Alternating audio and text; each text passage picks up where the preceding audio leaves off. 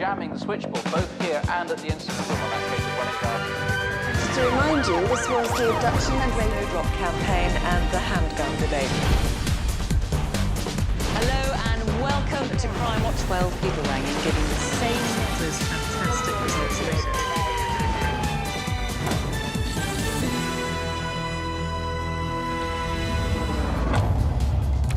Good morning. Thank you for joining us for a brand new week of CrimeWatch Live. We are coming to you from our studios right here in the heart of Cardiff. And we want to thank you for all your calls and your messages last week. We had some really good information about the shooting of the 9-year-old girl in Dalston, London.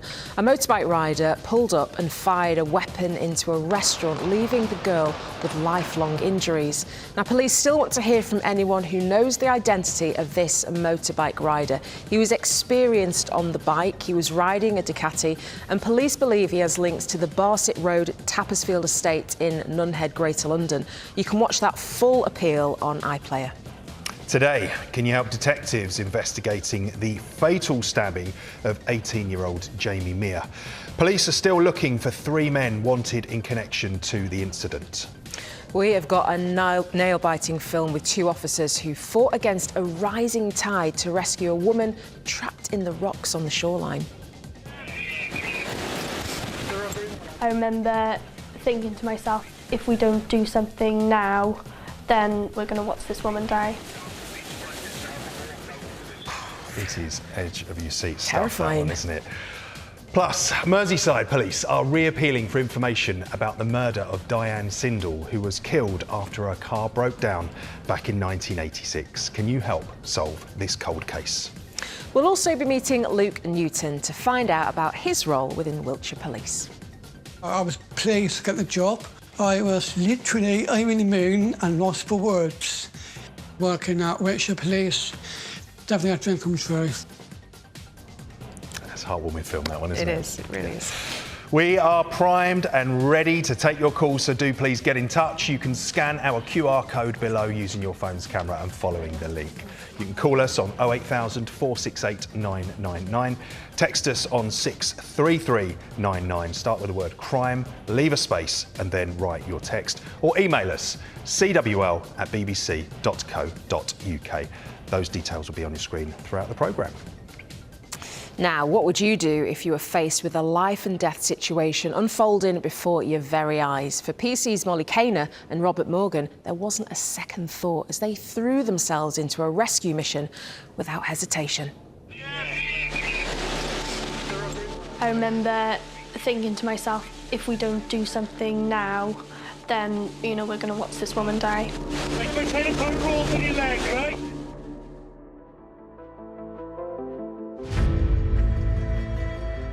I am PC Molly Kaner. I'm Police Constable Robert Morgan.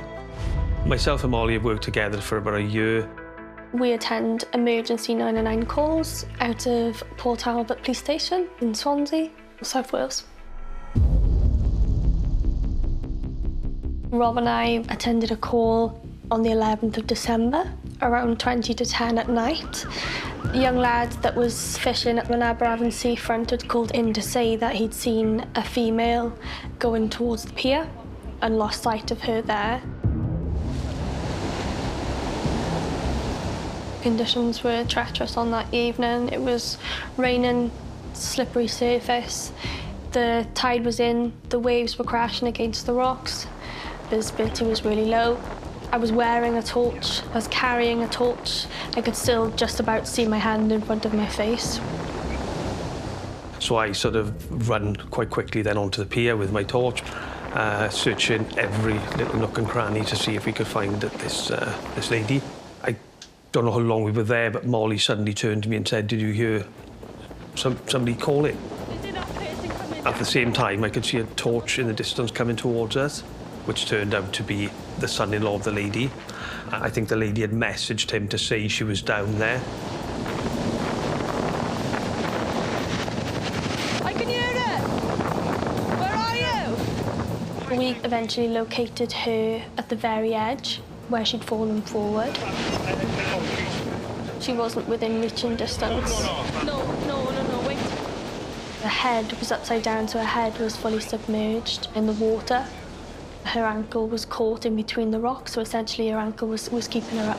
Covering her head. Oh my word, right, okay. She was intermittently drowning, taking breaths in between the tide coming in and out.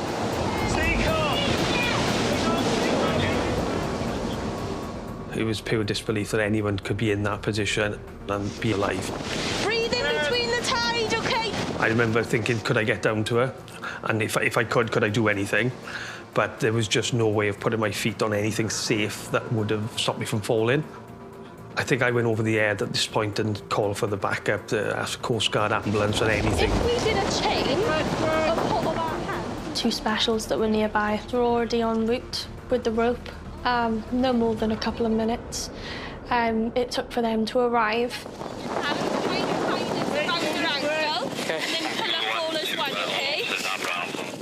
I tried to tie a knot and sort of dangle it then, a little bit like a lasso around her ankle. Lots of things going through my head at that time. If we don't think of something, you know, I'm going to watch this woman die.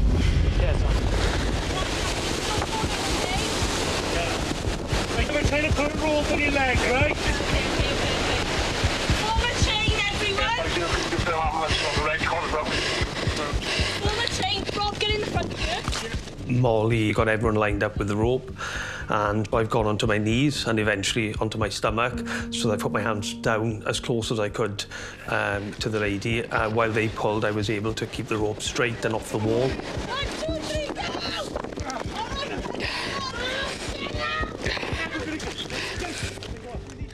I was concerned for her ankle because the rope had squeezed so tight around it, or the rope might come undone. My thought process was, if she goes back in the water or in that position, we're not going to get a second chance. Ready, 1, 2, 3,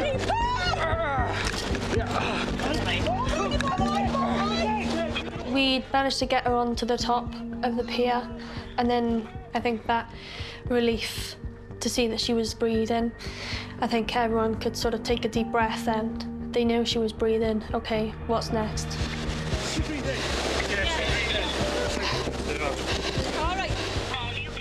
All right. I zoned out a little bit. I just did not know if what we just done was real. It didn't seem real. Seeing the lady there, lying there, yes, yeah, I was in a bit of shock, yeah. I know, love, you've been through it, okay? Ambulance are coming now. We've got no stretcher up in the cars, are we not going to She was definitely at risk of being hypothermic. Oh, there's more people. She had 10 broken ribs, a ruptured spleen, several fractures to different bones. She required a skin graft on her leg. She's very lucky to be alive. I certainly haven't been to a call like this before. Certainly not knowing what to do in those initial 3 seconds. I think that'll stay with me for a very long time. So both myself, Molly, and a few others were nominated for the Chief Superintendent's commendation. I'm very proud that we've done it, that we're getting it. But yeah, still in a little bit of disbelief, yeah. We were just really glad that we got to her safely. All of our officers are safe and contributed to a successful rescue. Gosh, I mean, just such an act of bravery from Molly and Robert there. Absolutely. Real quick thinking. They knew what they had to do. Yeah. No hesitation. Yeah. Fantastic. Yeah. And nice to hear that they were nominated for the award and won. Yeah, not just nominated. Yeah, very well deserved. Congratulations to both of them. Well, Molly's just got right to the front though, isn't she? Now to our first appeal this morning, a cold case from 1986. It's about the murder of Diane Sindel, who was killed after her car ran out of petrol. Can you finally help solve this case? Merseyside police investigating the murder of 21-year-old Diane Sindel from Birkenhead say she was the victim of a very brutal attack. I've been a detective for almost 30 years, and this is a horrendous murder of a young female on her own who's just stepped out of a car to get petrol. Her death Had a significant impact on the community of Birkenhead. It is a tight-knit community. Lots of people know each other. Lots of families brought up, raised there. They want to know what's happened to Diane and who is responsible for her murder. 40 years on, and Diane's killer is still unknown. However, now, armed with new DNA technology, Merseyside police have reopened the case. Diane was working as a florist in the day, and she helped her uncle out at a shop in Seacombe. At night time, she worked in a pub part-time, saving up to be married the following year. Diane was a young woman with everything to look forward to. On the evening of Friday the 1st of August, Diane finished her shift at the Wellington Public House. We think she left work about 1:45. Diane was wearing jeans and a very distinctive white top with big green spots on. She's got a blue, quite distinctive van, and it's gone up to Argyle Street onto Borough Road, and just on the junction there at Borough Road, Diane stops. We've got 2 witnesses who worked in the shop at the time who said they seen Diane park the blue van up. We think that's because she ran out of petrol. And then she's come out of the vehicle, and they've seen her go up Borough Road. Back then, Diane was probably thinking, I've got a petrol can, I'll walk up to the nearest petrol station.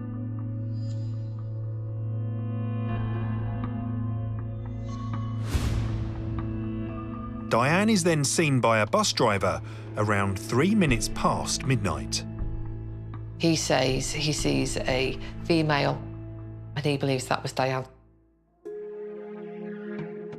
About 10 past midnight, a taxi driver is on Borough Road. 10 light on Borough Road. As I passed the garage at the bottom of Argyle Street, I saw a couple ahead of me. When I passed them, I noticed they were arguing. The fella put his hand out towards the girl. They were definitely arguing. A couple driving by also came forward, having seen someone they thought could be Diane. They provide the description of a female wearing a white blouse with the big green spots. They actually make comments about a female being out at this time of night.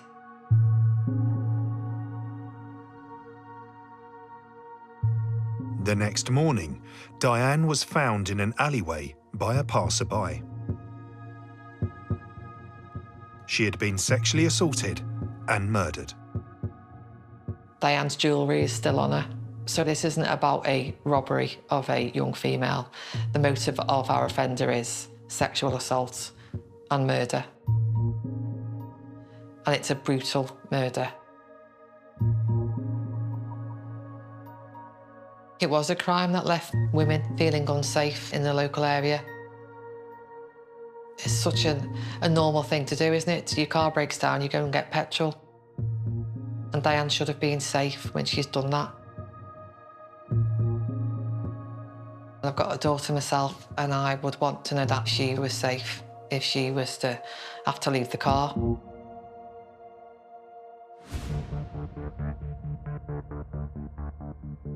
The taxi driver had given police a description of the man he'd seen arguing with the woman. This is a man who's white. He's about 5'10". He is wearing a brown jacket, hip length, and he describes the jeans as being baggy, potentially like work jeans. Looks about in his 20s, looks like he's got dark brown hair, no facial hair. Now, we need to establish, is that Diane and our offender, or is this another couple who have had some sort of argument? From the timing and from the sighting, I believe that is potentially going to be Diane with our offender, but we need to eliminate either way. At the time, police had discovered that Diane wasn't the only woman to be attacked that night. We think timing-wise it's happened shortly before Diane's assault. The young female has been assaulted on the same side at Borough Road. And she stopped and sat on a bench where she's been quite distressed. She's in distinctive yellow clothing, a yellow top and yellow pants. Days later, a couple walking their dog on Bidston Hill found Diane's clothes in a small fire. There's also a paying in bank slip, which we have got the name Sindel on. So someone has taken Diane's clothing from the murder scene up to Bidston Hill. It is quite a local point, so I think it's someone with local knowledge of the Wirral. Worried that another woman could be attacked, police turned to the public for help. We are anxious to trace anybody who was on the Bidston Hill area that evening, whether it be anybody who witnessed the fire, whether they saw anybody acting suspiciously. There was another girl assaulted that very same night on Borough Road. I find it incredible in this busy, well-lit area that nobody has come forward who has actually seen either of these assaults taking place. At the time of Diane's murder, police had recovered forensic samples from the scene of the crime.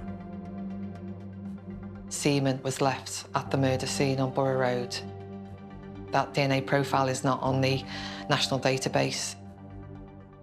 The main aim is to identify who that profile belongs to. With new DNA techniques that weren't available in 1986, police are now able to retest that semen sample to see if they can get a partial DNA match with potential family members of the suspect. So even if the man responsible is now passed away or emigrated, we can still do that DNA work around family members, taking elimination samples from them.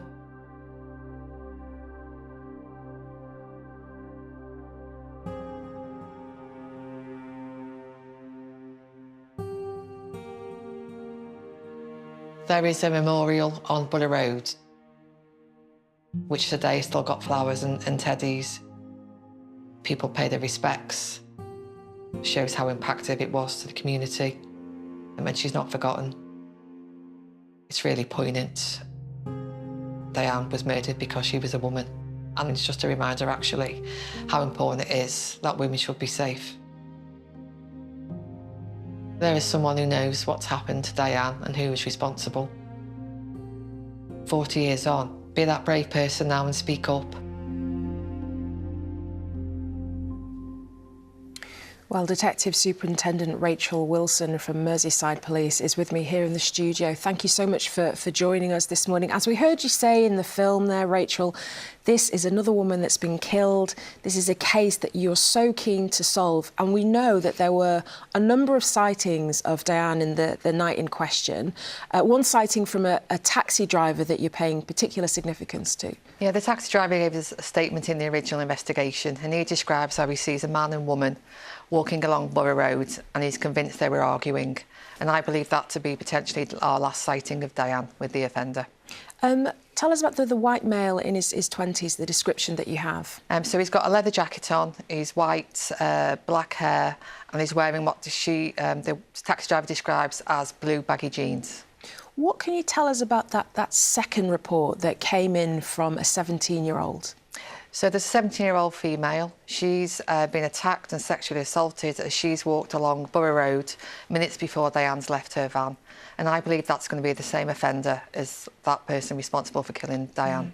You've also recovered some new forensic information which could be really significant. Yeah, we now have a full DNA profile of a man, and I believe that potentially linked to our offender, and that will also help us eliminate other individuals from the inquiry. Now, there is a Crime Stoppers Award in connection to this case, £20,000 in fact. Yeah, I'm hoping that will act as an incentive for someone to speak to us, to give us that little piece of information that we need to help solve this murder. Diane was 21 years old, part of a loving family. She was hard-working, decent, honest, and she was saving up to get married the following year. Yeah, as you said, it's been over 40 years. We want some answers for this case. So for anybody that is watching today, how can they help? What are you hoping for from this appeal? So we've got the Crime Stoppers Award, which hopefully will give someone the drive to contact us. But any witnesses from Borough Road on that evening, 2nd of August, Between midnight and 1 a.m, did you see anything suspicious? Do you know anything about Diane? It is likely the offender would have had blood on them if they'd left the scene on Borough Road, potentially carrying women's clothing.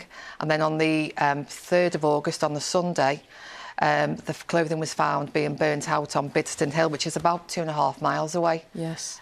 Did someone see anything suspicious on that Sunday with someone with the clothing of Diane? And there's a bank book paper that we'd found. So anything at all, however small, please contact us. Rachel, thank you so much again for coming in this morning. If you do have any information that you think may help, then please do call. You can text, you can message using the contact details at the bottom of the screen. Thanks, Michelle. Well, sadly, we have another murder appeal for you now, this time a fatal stabbing in Leeds of 18-year-old Jamie Mear. I'm with Detective Superintendent Damien Roebuck to tell us more. Damien, thank you for coming in today. Tell us about this tragic appeal. So, Friday, the 31st of March 2023, it's 4 in the afternoon. It's in a Leeds suburb in Armley. Jamie's in the back of a taxi with a 16-year-old friend. They've gone to that area. The 16-year-old gets out. We believe he's gone to deal drugs to a member of the public on the street, where he's then seen a group in another vehicle. Now, he's been worried because he's ran back to the vehicle, the taxi, and that car has come and blocked them in. 4 males get out of that car, they approach the back of the taxi, and they stab Jamie and the 16-year-old, who both then run from the taxi. Sadly, about 100 yards, 150 yards down the road, Jamie collapses and his injuries prove fatal. The 4 males get back in their car and they flee the scene. Absolutely horrific. You mentioned it was 4 o'clock. It's 4 o'clock in March. You know, it's a residential area. We can see that there's going to be busy people residential area around at the time. What do you know about the suspects' movements then after this attack? So very shortly after, those 4 suspects leave Leeds and they go to Liverpool. They go to an apartment block in Liverpool where they spend there overnight, and about 10 o'clock the morning after, they go to Ireland under false details. From Ireland, they then take a plane to France, and it's in France that we've lost track of them. We believe 2 of them are still together, and 1 of the others is also outstanding, and we believe all 3 are out of the country. OK, well, you've actually provided some CCTV that we can see now. This is just after, a few hours after that incident. Just what can we see here? So those are the 4 males coming into the apartment block. If we go it slower there, that's a Quaid Jeffers at the front. The gentleman in the grey top is Caleb Orr, and next to him is Renai Wilkes. Now, Renai Wilkes has actually been convicted of the manslaughter of Jamie last year. And then at the back there, we've got Enam Nishat. OK, we can see him there, and we can see here, these are the 3 that you're yet to get hold of. So, as you say, one's already been convicted. Yes. When he was trying to come back into the country. That's but correct. These 3, so we've got Jeffers, we've got Orr and Nisha. These 3 males are outstanding, and these are the people you need to know where they are. I need to know where they are. Quaid Jeffers and Caleb Orr, we think, are together somewhere outside of England, and so is Enam Nishat. We need to know where they are so we can make inquiries to get them back into this country. OK, and I know that would mean so much to you and the police, but of course that would mean so much to the family as well that have been devastated by this. They have actually given us this statement, and they say it will always be difficult to put into words the total devastation that hit our family on the day he died. This has been so painful to come to terms with, and every day is a battle to get through.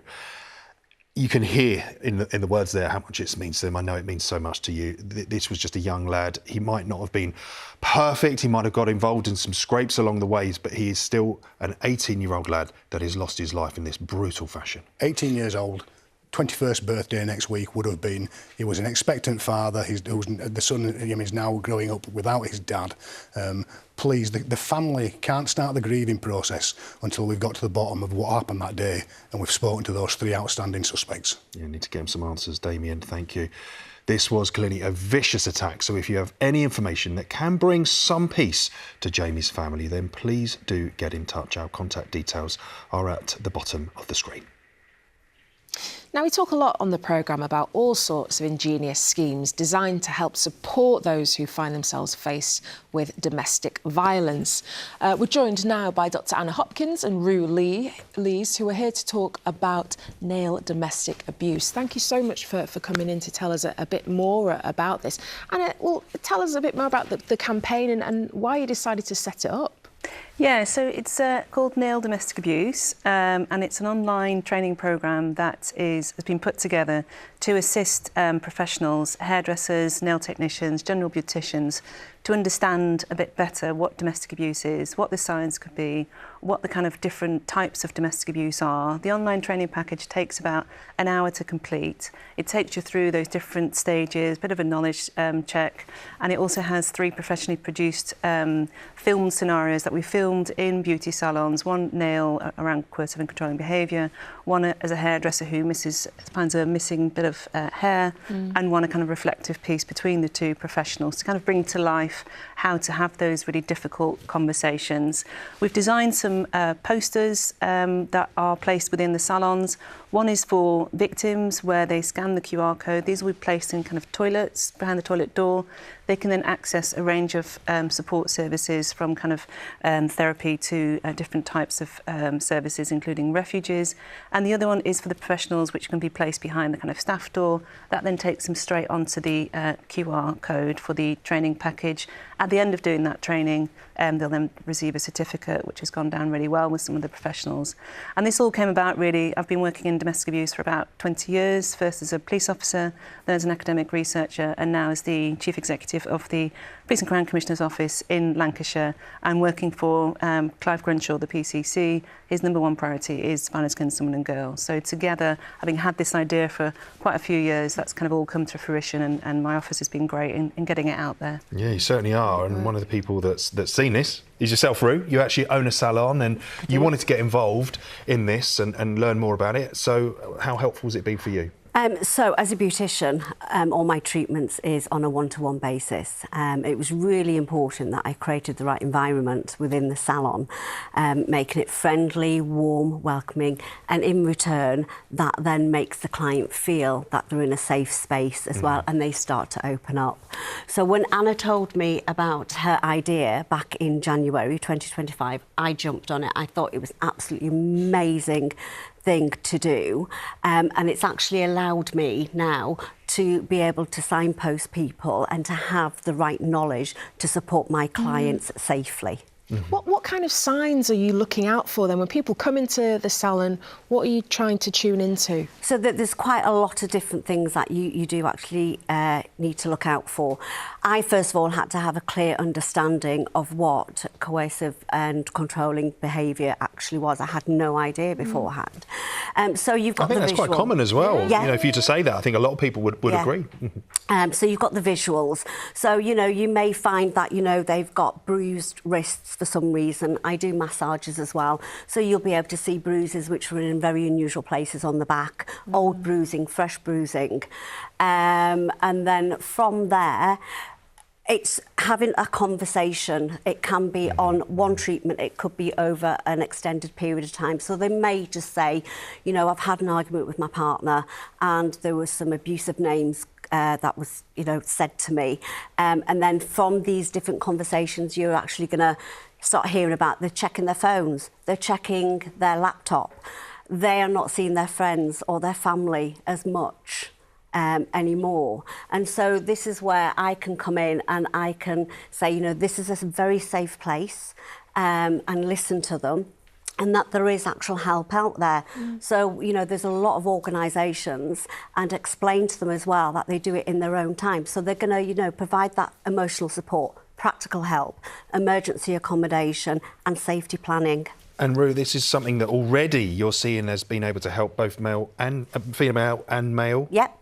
I've probably had roughly about 4 incidences now. So I've had a gentleman that has, he's a co-worker, so a client was in for treatment, and I have the posters in the salon. And from there, the conversation has opened up, and so they've been able to take the QR code to pass it on to the co-worker.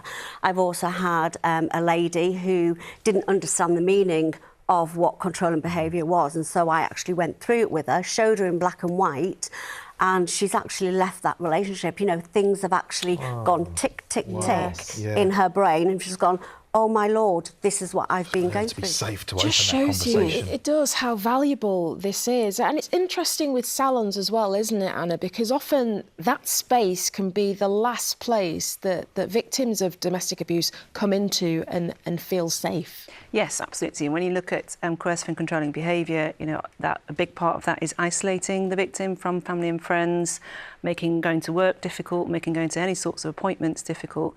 But a beauty salon is sometimes the last place that they're allowed to go to, having those very exacting beauty standards some abusers will insist upon.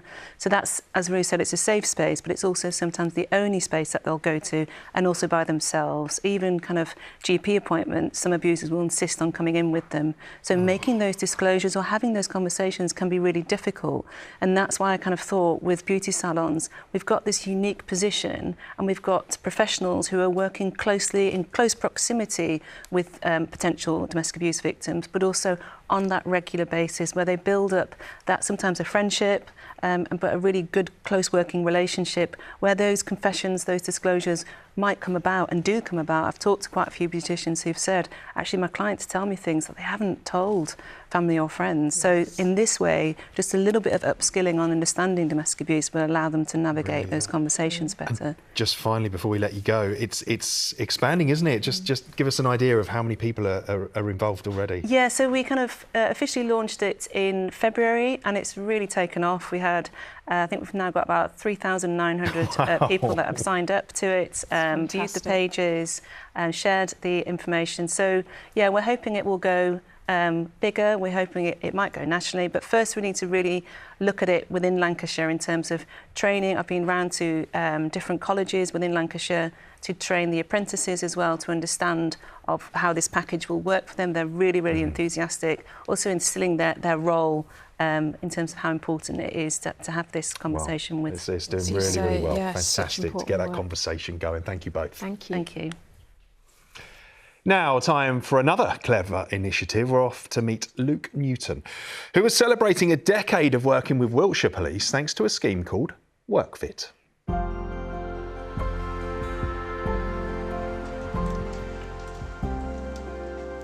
My name is Luke Newton. I work in at Wiltshire Police headquarters in the control room. I actually really enjoy it in there, to be honest, because I like hearing from the outside. They have the 999 calls come through. I actually do find it quite interesting. Hi, Luke. Hi, Nick. You're right. I've got some more books for you to scan if you don't mind. Yeah, that's completely all right. Thank you very much. Thank you, Nicola. All right. Yeah, thank you. Luke's an integral part of the team. He wants to be involved. He's really keen to learn and to add more skills to his arsenal. He spends a lot of time doing some of our admin work.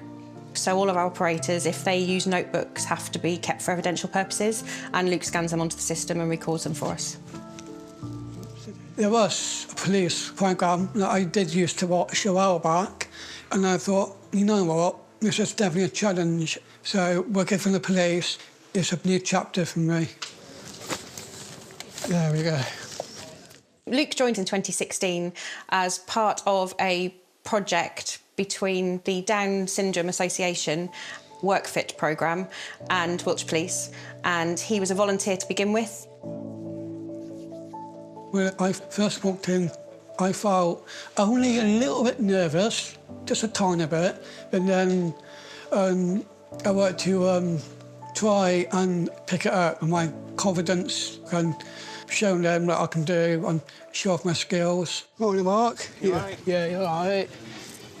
Have a nice weekend? Yeah, I did, thank you, yeah. Not too bad, if I'm honest. He was with us for a short time as a volunteer, and then his skills were recognised. He applied for and was successful in a permanent role with us as an admin assistant. Right, OK. I was pleased to get the job. I was literally over the moon and lost for words. And then on my grant, they were so proud of me. Where's that? That's just in my box. Oh, in the box. Okay. I'll get that in a minute, obviously. I've been Luke's mentor now for 4 or 5 years. Luke's been asked to talk at conferences and things like that. He can represent a great number of people, and he's certainly received some great letters from people who have said to him how much his words have meant to them. They feel very well represented. In 2025, Luke was nominated for an award at the BASE Awards. The awards celebrate people with disabilities who inspire others through their work and their achievements. That was seriously a great day. I couldn't believe I was shortlisted. I was literally down to the final 2 names. It was stiff competition. I was at London, at the massive Wembley Stadium. I could not expect how big it was. It just made my night. When you get talking to Luke, you'll see his smile just lights up the entire room and he's just really happy to be here and to be around and to know that he's making a difference. I'm very proud of Luke's achievements. Having Down syndrome doesn't define him as a person. He's just himself and just part of the team like everyone else. He's proven that Down syndrome isn't a barrier to being able to do what you want to do. I honestly have no words to say about my colleagues. They're just so down to earth. They treat me so well. They're just great people to be with. Yeah, you can't say that. Working at Wiltshire Police, definitely a dream come true, because I just like being around with all these people, and I just love them all so much. Such an uplifting story, isn't it? I mean, Luke is a superb testament to the WorkFit programme. I'm pleased to say I'm joined now by Alison Thwaite, who is Head of Employment Services at the Down Syndrome Association. Welcome to the programme, Alison. First of all, how does WorkFit work then? OK, so WorkFit is the Down Syndrome Association supported employment programme.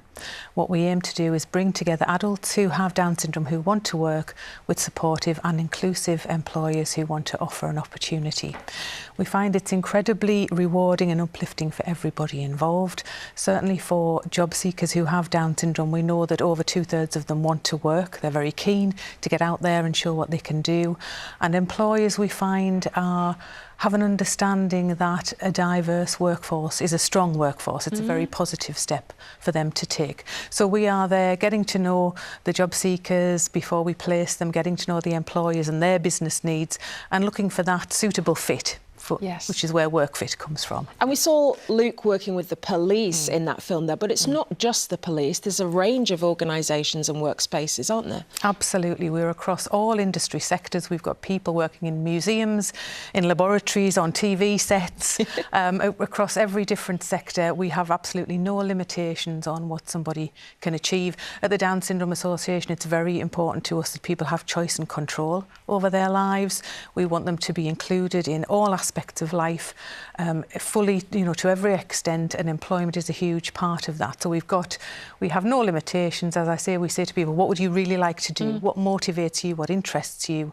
We want to get to know them and find a suitable match for them. Well, that's key, isn't it? And you've had a cracking success rate when it comes to matching the employees with the candidates, haven't you? Our retention rate is over 90%, so that's people going into permanent paid jobs. So it just demonstrates that people who have Down syndrome have great skills, talents and abilities, and employers value what they can add to the organisation. Are there any challenges that people with Down syndrome can face when they're going out into the workforce?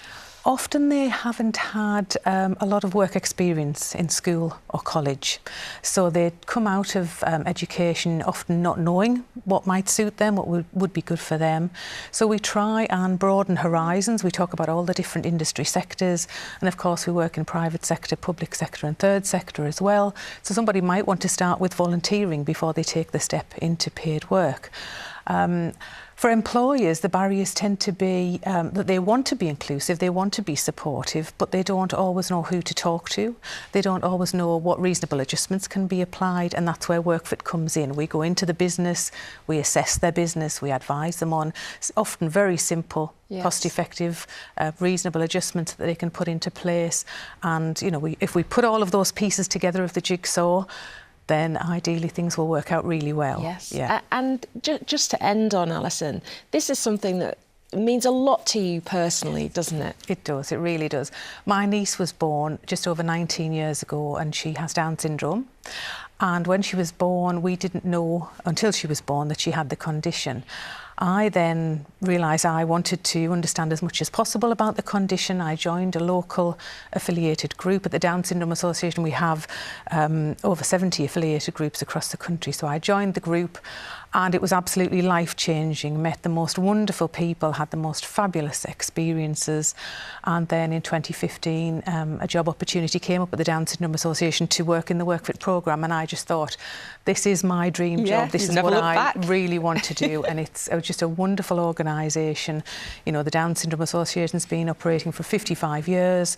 The knowledge and expertise within the charity is absolutely tremendous. So I'm so proud to work for the DSA. And you can tell, and it's been lovely to hear more about the incredible work that you're doing. So Alison, thank you so much for telling us more. Thank you, Michelle. Thank you. Now it's time for today's Wanted Faces. And first, we've got Patrick Corley, though he sometimes uses the name Patrick Casey.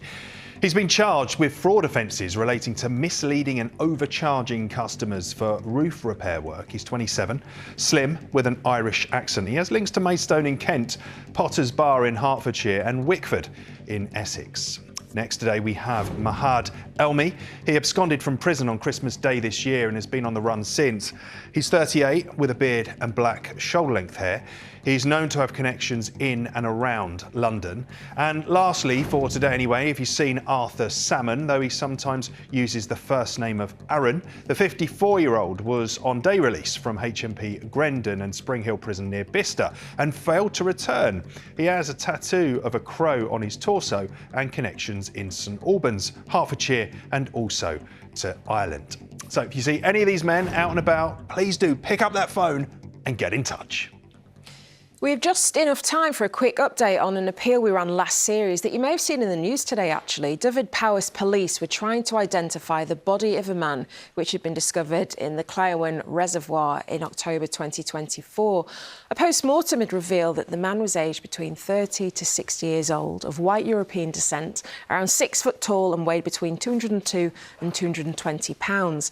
He had no personal belongings on him and his name remains a mystery. The only clue police have to work with is that he'd been found wearing a Zone 3 Agile wetsuit. Well, since then, they've been working with FaceLab at Liverpool John Moores University to create this image of what this unknown man may have looked like. It was estimated that the man had been in the water in the reservoir, which is in a remote, hard-to-access place, for up to 12 weeks before his body was discovered.